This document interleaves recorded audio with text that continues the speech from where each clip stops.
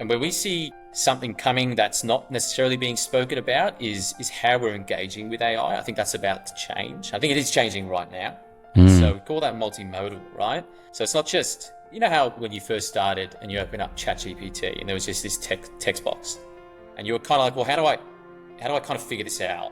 Like kind of like a Q&A. It's like you're asking a question, it's giving you an answer back, and you're kind of doing this like tennis back and forth. That's kind of moved to be more, and I think this is only going to become more prevalent, is audio engagement, right? So voice. So instead of typing, I may just want to record or dictate some instructions into AI for AI to then take that somewhere and perform an action with it. You then start to think, well, how does that fit into the process, right? If I can kind of write with text and get a bit of Q&A and then maybe dictate some instructions or a high-level summary of the advice that might be appropriate for the client or the strategy, plus upload a few supplementary documents. Can we combine all of those things with what we've developed to then give output?